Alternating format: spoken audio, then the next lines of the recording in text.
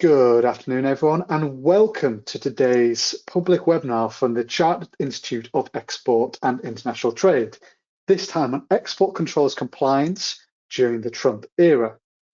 My name is Phil Adnett, and I'm a senior editor here at the Chartered Institute. It is a delight to welcome you to today's webinar. Today, we're talking all about export controls during the era of Trump's second term in office. Donald Trump's return to the White House means he's going to have a significant impact on global trade over the next 4 years, as well as tariffs. The US relationships with other nations and blocs, including China, Russia, and the EU, is going to be under scrutiny. Staying up to date with export controls and sanctions compliance is hugely significant for a range of businesses.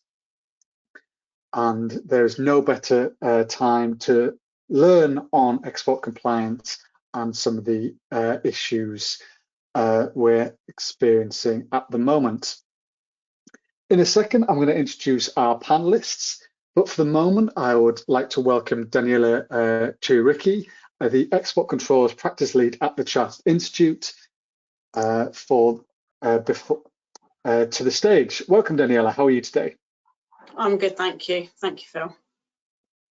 We'll have the fireside chat with Daniela in a second, but for the moment, I'm going to go to the first of our polls while we run through the housekeeping notes.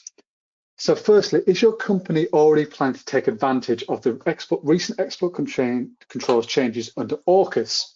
So we are either doing so, we are planning on doing it, we're considering it, but not actually doing it, or we're not planning it, or we're not sure. Just while we do that, I'd like to run through a few housekeeping notes. We do have a planned panel session where we will answer some of your questions. Please do send your message through in the Q&A chat below. We will try to get as many of your questions as possible, but I can't guarantee it. I can't guarantee we'll get to answer all of them. Please do keep your questions short and as broad as possible. Any sector-specific questions will not be answered, just because we want to keep this for a wide audience as possible. Also, if your questions are shorter, that does generally give me a bit more, makes it a bit easier for me to read them. So thank you for everyone who has voted. I'm going to share just going to close the polls now. So 3, 2, 1. And I'm going to share the results. So about 8% said they're already doing so, 7% said they're planning on doing it, 10% saying considering it but not actually doing it, 19% say they're not planning on taking advantage of AUKUS, with about 57% say they aren't sure. Daniela, are you surprised at this result? I'm not surprised at the results that it's actually generated. I think there's a lot of people out there that don't quite understand how they can benefit from this deal.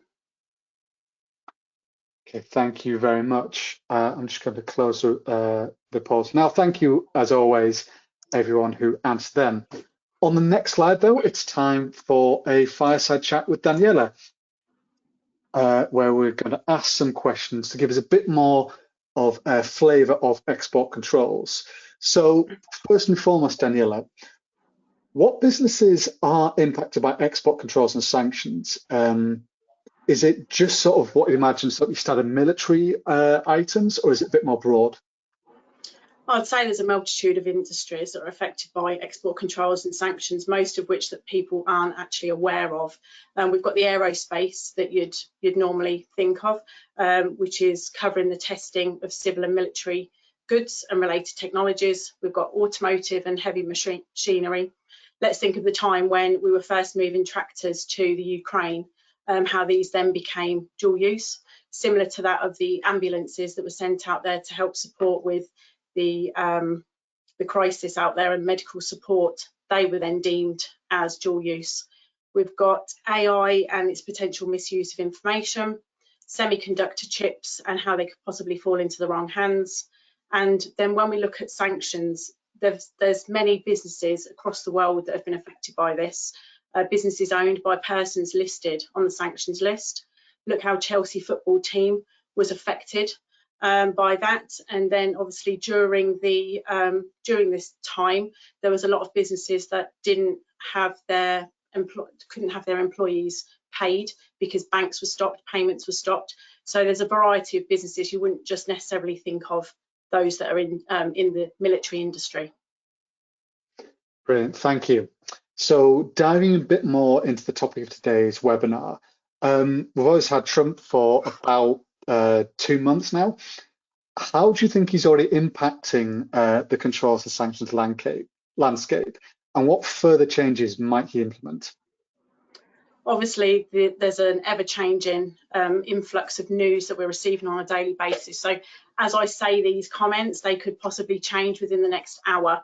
So in light of the Russia-Ukraine war, obviously he's stated that there'll be more sanctions against the country if they refuse to end the conflict. And we understand that there's a peace deal going on at the moment, or peace talks at least. He obviously later plans to meet with China and Russia to reduce the military goods and nuclear spending across the 3 countries.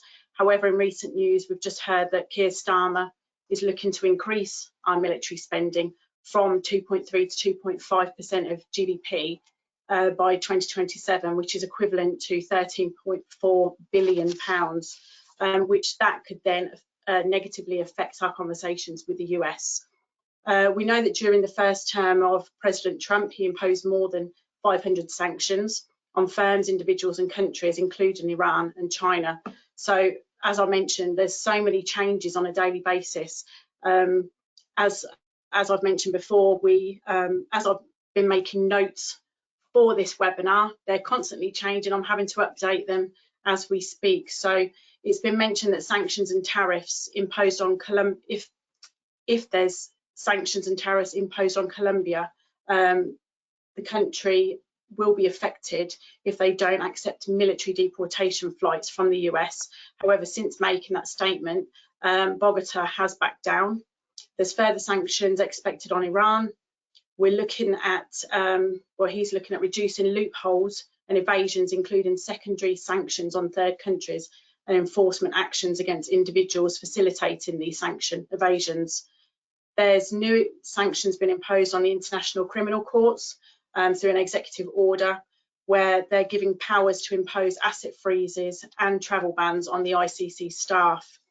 And then looking at the drug cartels that are being designated as foreign terrorist organisations, whereby there's a process that's been created to designate Mexican cartels as FTOs, placing more financial pressures on the institutions to enhance their customer due diligence. But since this statement was made, Mexican cartels have now been designated as global terrorists. And there's significant restrictions on Cuba. But as the news has changed, and I've received it overnight, we've got the Department of Government Efficiency panel hearing that's now detailed how terrorism has received billions of US aid dollars. So as we say it, as we speak, there's lots of changes on a daily basis. So I think we just need to make sure that we keep up to date with that news. So you mentioned a dizzying array of different changes, feels almost hourly at this point. How would you advise traders to stay up to date with changes, for example, to compliance and to licensing requirements from the US? As mentioned, I think we just need to make sure that we're subscribing to newsletters, keeping up to date with websites, having those notifications on your phones so you can see those updates as they're changing, but also maintaining strong business relationships and keeping your connections close to the people that are actually on the ground dealing with these things. So monitoring government websites, these are some of the best ways that we can ensure that we're up to date with that information. So just a plug to the Chartered Institute's own work there. We have the daily update, which goes out regularly to our subscribers. I'd say keep it subscribe to that, and you'll get a steady influx of trade news into your inbox. The final question for you, Daniela, before we bring in the panel. Do you have any best practice tips around maintaining internal compliance program? So I think you need to ensure that your due diligence is a priority. when working with your clients. So making sure that you select the correct licenses for the goods that you're moving. Thoroughly understand and read and understand the OGELs that you may be using. These are the Open General Export Licenses. They cover a variety of different countries, a variety of different goods. Not one fits all, so you must make sure that you read all the small print for that, and also ensuring that you have a system where you register all this information, keep your documentation. This is to help cover you for any audits from the ECJU. Okay, thank you, Daniela. On the next slide, before we go to the panel, we have we're going to launch the next poll. So how confident are you in your company's internal compliance program? Very confident, somewhat confident, not confident, or the company doesn't have one. So while that runs, Daniela, do you have any experience in your previous roles about sort of dealing with an internal compliance program, where it's gone wrong, where it's gone right, that sort of thing? I do, Phil. So where I previously worked, we actually had an ECJU audit within 2 weeks of me first joining the company. At that point, I was not aware of export control. I wasn't trained in export controls, but that was my remit for my position. Basically, the company had been using OGELs, but not registering them, just understanding that they'd read them online, made them feel that they were able to just use them. So there was a lot of details that were missed, a lot of information that wasn't recorded correctly, a lot of goods that were possibly moved without the licenses in place. Now, had we not had that initial audit, it could have caused a lot more problems down the road and incurred fines and possible prison sentences for the staff that were involved at that time. Thank you very much for sharing that, Daniela. I'm just going to let this poll run for the last few seconds. So 5, 4, 3, 2, 1. Okay, so the good news is most people were confident. 38% said very confident, 46% said not confident, oh sorry, somewhat confident. About 15% said either they weren't confident or they currently didn't have one. Daniela, do you have any thoughts on this? I'm pleased to say that most people are very confident or somewhat confident, so that's quite positive. I think it's best that we highlight this in export controls and make sure that all businesses do this, not just in export controls, but across all businesses and all industries. It's just making sure that you have all those documents in place for any kind of audit that you could have come in at any one time. Thank you very much. I'm just going to close the poll now. And on the next slide, I believe we're going to the panel session. So I'd like to welcome George Grammas and Emma Foers to the floor. We're having some issues with Emma's webcam at the moment, but well, be assured she is with us. George, do you want to quickly introduce yourself?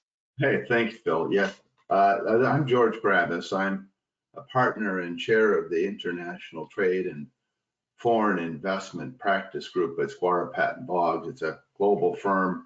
I'm in Washington, D.C. We have but our London office, for example, is one of our largest offices in the firm.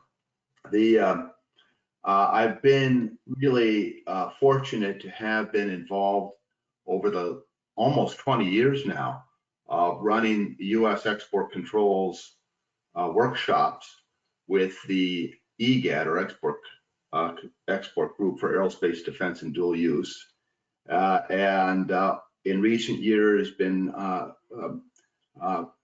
honored to provide the U.S. export controls briefing at the ECJU annual symposium. Just commenting on availability of information of developments, another source that we offer is tradepractitioner.com. You can go there and see recent developments in the US, UK, and EU. Brilliant, thank you, George. Emma, are you with us? Hi, Phil. Yeah, I'm here. Thank you. Thank you very much for having me along today. No worries. Do you want to quickly introduce yourself to the audience? Yeah, Emma Foers. I've worked at Sheffield Forgemasters for 19 years, and export control has always fallen to me, either in a formal or an informal capacity. More recently, we've created our own import-export department, and really focusing on export control, and sort of really making it part of our company's policies and procedures due to the nature of the work, which we've always been involved in, but which we're seeing a lot more of now. Thank you, Emma. So I'm going to launch straight into the panel session. So the first one actually is to you, Emma, sort of to give an SME's perspective. We've heard a lot about compliance and sort of keeping up to date with things. Do you have any tips to SMEs on maintaining best practice? Yeah, so for me, it's all about being able to demonstrate your understanding of export controls, understand your responsibilities as an exporter, and your due diligence that's involved in that process. We've tried to, as I say, raise our profile, and we've got export control at board level. I would say for you to have a commitment to compliance sort of signed by your board, that gives it sort of the status that I think export control needs. Have an internal compliance program which reflects the export code of compliance. So you can use the code of compliance and help build that into your internal policies and procedures. That's a sort of a good way to start. I'd say build relationships with the ECJU, Export Compliance Joint Unit. Something like this is a great session as well to be part of the ECJU, get involved in the special interest groups to share best practice. They're really good forums to be able to network and to meet people who do similar things to you. I found export control to be sort of quite a lonely place. Not many people do it, or not many people are interested in it until it tends to go wrong, which is where we don't want to be. Another thing that's also a good way is to introduce export champions into your workplace, so you can share that responsibility and also use it to upskill people as well.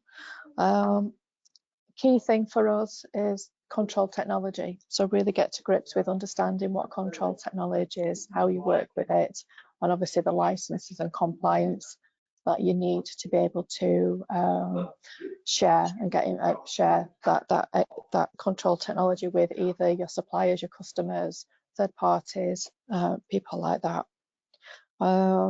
Look at other accreditations as well. So there's things like approved economic operator status, which is a good thing, and that sort of ties with export controls in your company's policies and procedures. Have a really good comprehensive way of recording your documents for audit purposes. And we've introduced export control within our company induction as well. So right from the very beginning, when new people are coming in, they understand what export control is, and as a business, what our responsibilities are.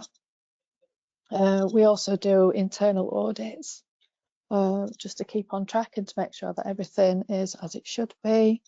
And I think for me as well, it's not just what we manufacture or what we offer in a service, but it's also the kit and the equipment that we use. So for example, some of the machinery that we use to make the items that we sell, those are controlled. They fall on the military, fall on the dual use list. So things like getting your machinery repaired, sending it off for calibration, things like that, just to be mindful of that. And it's worth doing a review of what is your key sort of kit and equipment for manufacturing the items that you export. More recently, I'd say the keeping up to date with the notice to exporters, in particular around Russia. So we've now got the common high priority list, for third countries and circumvention. So it's just keeping on top of all the changes. It changes a lot right now. We've seen a lot of changes coming in really quickly. So it's really good to be able to keep on top of those and to be able to share them as well within your organisation. Brilliant. Thank you, Emma. Daniela, George, do you have anything to add on SMEs maintaining best practice? I thought that was a really excellent outline of the elements for the compliance program. And I would just emphasize the point that Daniela made earlier about how broad export controls are in so many different kinds of companies. So when Emma talked about controlled products, that's an area of concern for export. Even if you don't have controlled technology, companies still need to be able to demonstrate that screening transactions, screening parties to transactions, and that they are creating auditable records to demonstrate their compliance.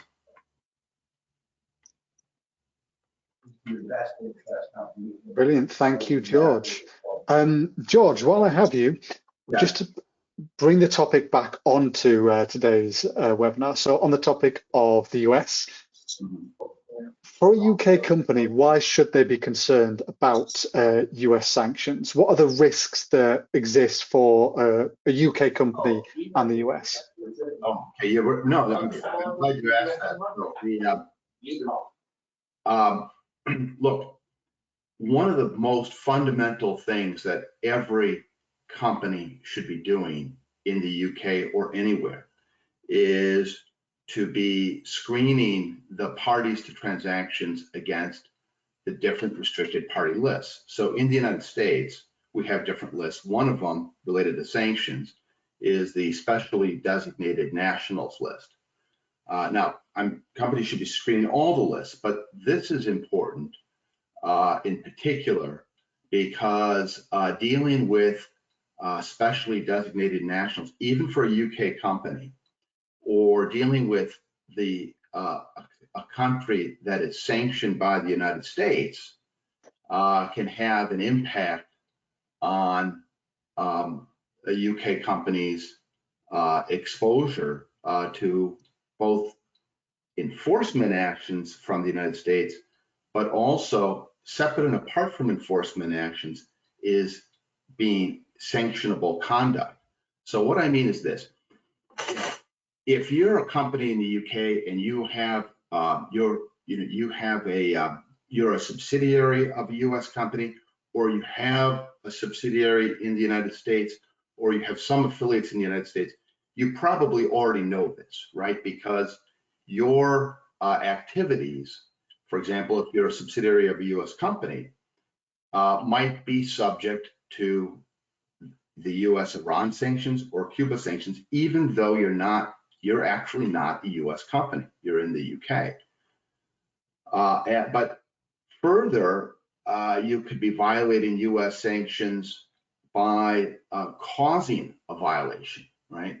So, we've seen, for example, companies in the UK that have a subsidiary in the United States, then maybe the ERP system is run from the US, right? So if that ERP system is in some way facilitating a transaction with an SDN, again, specially designated national, or sanctioned country, even though these are US sanctions, that is a violation by the US company, but it's also potentially a violation by the UK company for causing the violation.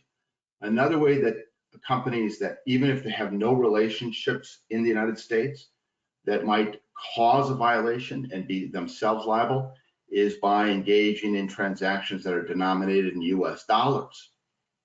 Because if you engage in a US dollar transaction with an SDN or a sanctioned country, there's a currency conversion that must occur. So this is touching a financial institution or branch in New York, causing them to violate the sanctions by facilitating that transaction that they don't even know is a sanctioned transaction, right? Because it's strict liability. So this has to do with enforcement of US sanctions, how UK companies can be found responsible for, engaging in a transaction, even though they're not, in the United States. The other part is, and it's quite separate from enforcement, is sanctionable conduct, right? So you don't have to violate the US sanctions to be considered by the US government to engage in sanctionable conduct. So just dealing with SDNs or supporting, say, the targeted sectors of the Russian economy is enough for your organization itself to be sanctioned under the derivative authority that OFAC has under the whatever executive order they're targeting. And so this means that, what it means, but I mean, the impact has been that, hundreds, I don't know, maybe 600, 700, something approaching 1,000 even, companies outside of Russia, including companies in the United Kingdom, have been sanctioned for their support of the Russian economy, right? But it's not just Russia. I'm just saying that as an example, but it's just engaging in transactions with SDNs or in US sanctioned countries, it exposes your organization to risk. And then the last point I'll just make is that it's more of an export controls point, but we are here talking about export controls.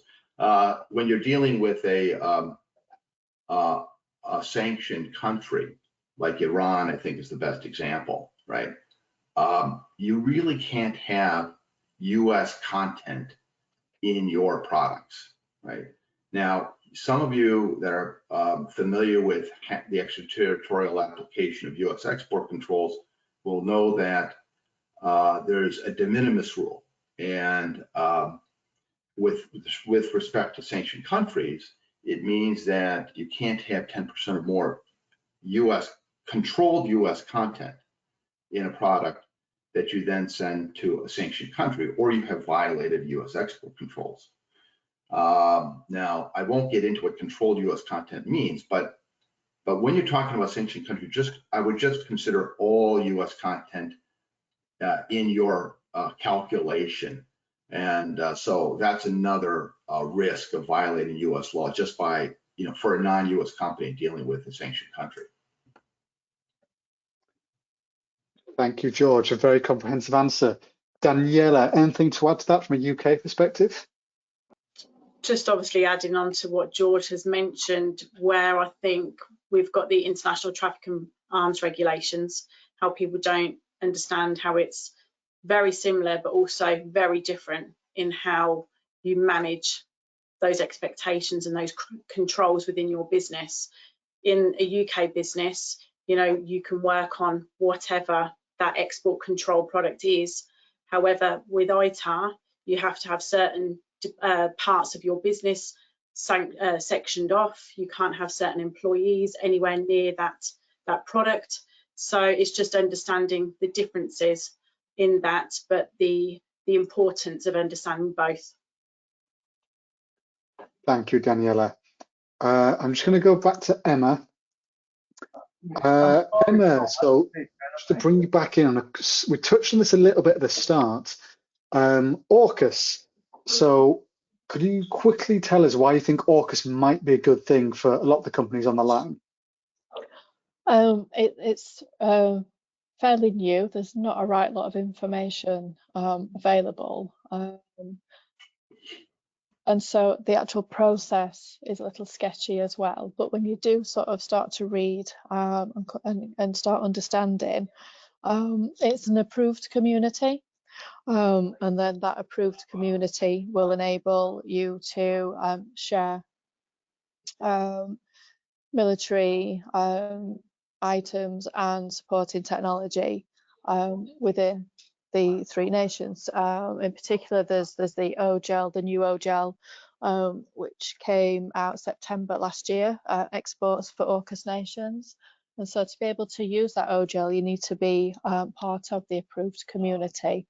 And that's the process that we're going through at the moment.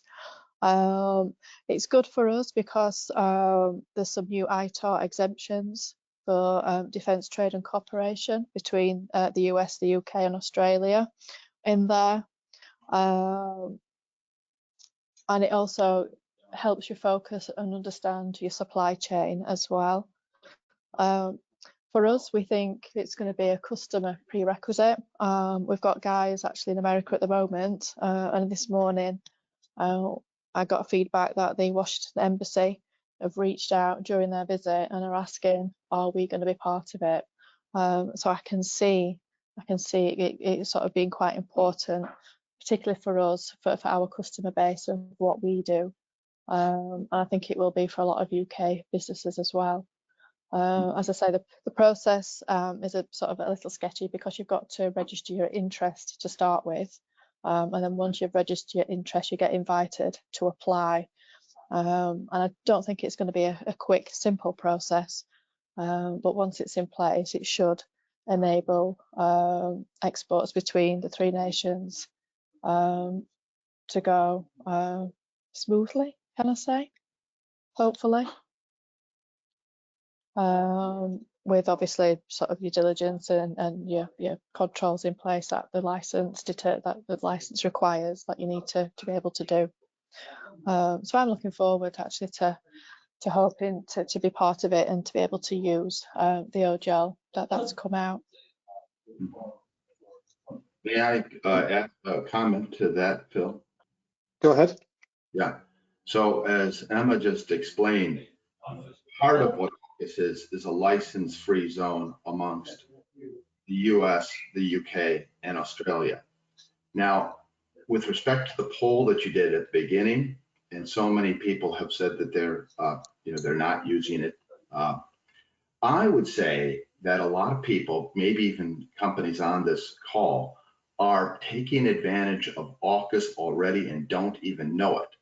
Because part of AUKUS was that it removed the licensing requirement for the UK, from the US to the UK, of things on the commerce control list. This is a little bit like your dual use list in the UK, but it has more on it than that. It even has certain military items on it. And so there's no license required, and you don't have to register to take advantage of that. Every company already is taking advantage of it, in the sense that the US exporter is not seeking a license to send you things that before they had to get a license to send to you. And on the ITAR side, again, Daniela said the International Traffic in Arms regulations, on that part, yes, that's sort of in an early stage with respect to the UK, because the UK MOD is still trying to work through getting companies registered to take advantage of it. But in Australia, they're farther along, and they're very actively using it and finding a lot of benefit because now on defense trade matters, where you previously needed a prior approval, you can proceed under AUKUS without getting any approval, right? And this could be very useful in business development, for example, in where, if you want to participate in the US market, you need access to an RFP and requirements. And today you need a license to have access to that, or a technical assistance agreement. Under AUKUS, you don't need it, right? So there's going to be a lot of benefits. I appreciate exactly what Emma said. We're in the UK, I feel like we're in a pretty early stage, but by mid-year, I think a lot more companies will be registered. Brilliant. Thank you, George. Just before I move to the next question, we have got a few in the Q&A about AUKUS and some of the different possibilities there. But just to ask one last one from myself, we've obviously heard, well, this topic is a lot about Trump. We've covered some of it there. But to George, so we've had the shift between Trump from Biden. How has this impacted, what's the impact of this so far? And is this impacting US government controls or approvals, sorry, on export controls? Okay, I'll try to cover this pretty quickly so you can get to your other questions. But there's a lot of uncertainty today. And this means that companies need to be really paying close attention to these developments because they'll be moving fast. We have seen that the Trump administration doesn't hesitate for a moment to repeal Biden-era policies and rules, right? So they've already repealed Biden-era arms transfer policies in some respects. They removed some benefits for Venezuela.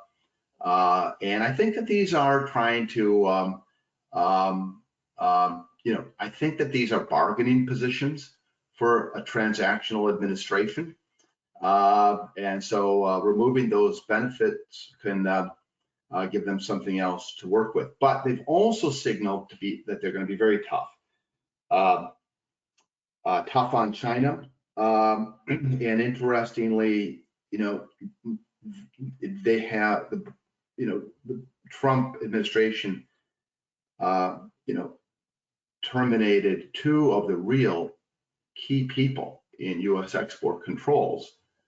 These were moderate people who had been there for decades.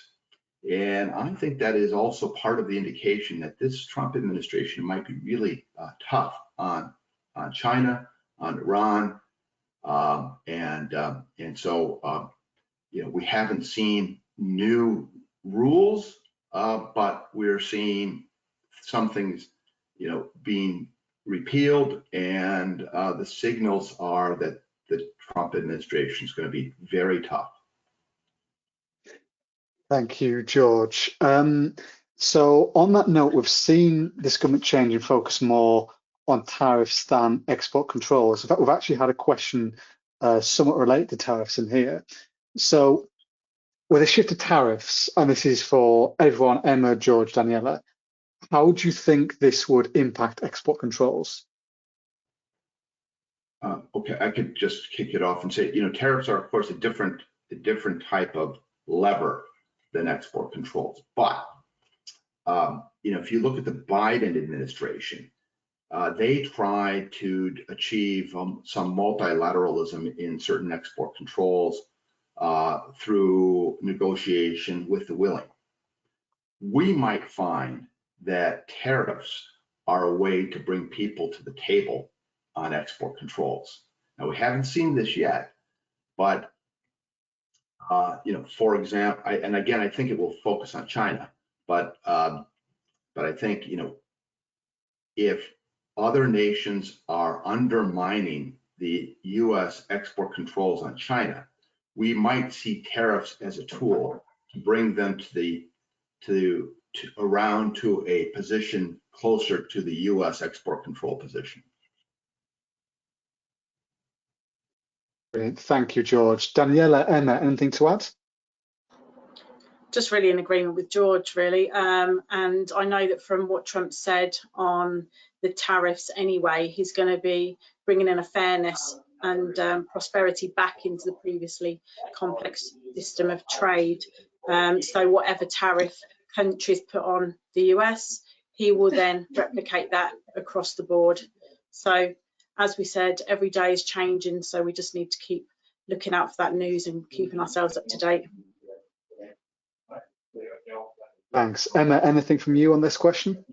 I think it depends which program you're potentially involved in. So for the work that we do, then we're not falling into the 25%, but in some of our commercial work we are. So we're wondering if there's going to be any exemptions from Trump. Potentially there could be supplying into some of their programs. But what we're doing is just keeping close to our contracts, reviewing the Incoterms, just so we're fully sort of prepared and ready for any sort of changes that do come in, because the changes come relatively quickly. But it's very sort of unpredictable at the minute. We're all sort of still waiting for any more information which is going to be coming through. Thank you for that, everyone. Thanks, Emma. We've got a few questions rolling in. One from Conrad, who's asked a couple of questions. So he has asked about the Russia situation. So should there be an agreement and sanctions are lifted against Russia, will this align with the EU and UK lifting sanctions as well as the US? And if they do not, how will this be managed, given the current Cuba sanctions? George or Daniela, do you have a position on this? Okay, so I could start on a US side. I think that the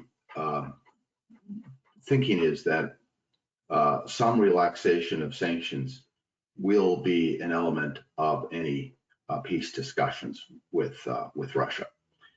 Even if you play out the different possible options, I think sanctions relaxation is going to be a part of any one of those options. In my view, it's harder to unwind the framework of sanctions that have been put in place in the United States, but easier to try to remove organizations from the SDN list, right? So that way you don't have to change the rules, the regulations, the executive orders, or unwind the framework. You can provide relief through removing organizations from the SDN list. And I think probably the most important one for Russia and the one that would have the greatest impact is in the financial sector, right? Because about 80–90% of the financial institutions in Russia are blocked, and they're not on the SWIFT system. So allowing them back into SWIFT and unblocking some key financial institutions in Russia is probably the less difficult thing to do and a very meaningful thing for Russia and for the Russian people too, because they can't engage in transactions outside of Russia. So that's I think that would be the what I would expect to see happen. Thank you, George. We're almost at the end of the allotted time. Daniela, Emma, do you have anything to add to that last one? Just reinforcing what George has mentioned, obviously, with the peace talks ongoing and Zelensky arriving into Washington this Friday, who knows what could happen, but let's see that there's a positive move forward for all countries. Thank you, Daniela. So we're about to move to the close now. Thank you for everyone who answered the questions and didn't receive a response. John, I hope that last answer from George and Daniela answered your questions. Just before we go, it's a good opportunity now to talk about the master export controls we have here. Daniela, do you want to talk us through this? Yes, of course. So as we've noticed across export controls and compliance regulations, there's become an increased need to have that knowledge, have that experience, and have that education in this field. So we've launched a Level 3 Export Controls Award, which consists of the 4 modules, as you can see on screen. This is available now. This is to help to close the gap for the skills needed for export controls, to help professionals to understand the regulations, how they're changing, but just as initial stages into export controls. So from this, we do then have a Level 4. This will be launched later on this year. However, it would be really great if you could register your interest using the QR code on screen. And this will consist of 6 different modules, which is more of an in-depth understanding. We'll go into more intricate details, different kinds of scenarios that you would experience on a day-to-day basis in your business, and can help you with your career progression in the export controls fields. Brilliant, thank you, Daniela. And before we go, I'd like to launch the next, I'd like to go to the next slide. And just on to the last of our polls. So what measures would most support you when navigating defence contracts as an exporter? Please do feedback in, because we do use this in dealing when it comes down to dealing with government. Just before we go though, I'd like to talk about and membership of the Chartered Institution, sorry. Our experts have given some fantastic insights, so special thanks to them. But if you need more support focused on your business challenges, please can I recommend our Export Controls Advisory Practice, where Daniela and her team are ready to provide bespoke business advice on any of the topics today. Please do consider upskilling your team. As Daniela has also mentioned, we have the Level 3 and Level 4 Export Controls Awards. We'll share the links and they're in the chat, and you will get some follow-up in the email as well. Fill in an inquiry form and our team will get back to you as soon as they're possible. So Priya should share them in the chat now.